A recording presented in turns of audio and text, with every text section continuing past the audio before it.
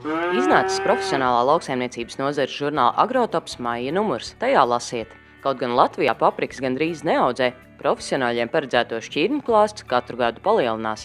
Vai paprika audzēšana Latvijā atmaksājas? Lai pasargātu ķiršu ražu no augļu puves, smidzinājumi jāveic jau tagad, lapu plaukšanas un ziedēšanas laikā. Iepazīstinām ar pirmajām Skrīveru zemkopības institūta kokaugu un enerģētisko zālaugu izmēģinājumu laukos iegūtajām ražām, mēslošanā izmantojot notekūdeņu dūņas, koksnes pelnus un digistātu.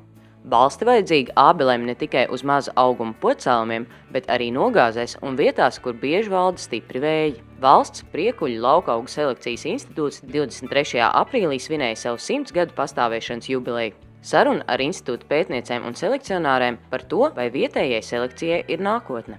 Andris un Silvija Lustis jau 15 gadus nodarbojas ar šarolē šķirnes dzīvnieku audzēšanu. Šarolē govīm ir mierīgs un draudzīgs raksturs. Tas viss un vēl daudz kas cits noderīgs Agrotopa maija numurā. Žurnāls Agrotops katram zemniekam un lauku uzņēmējam.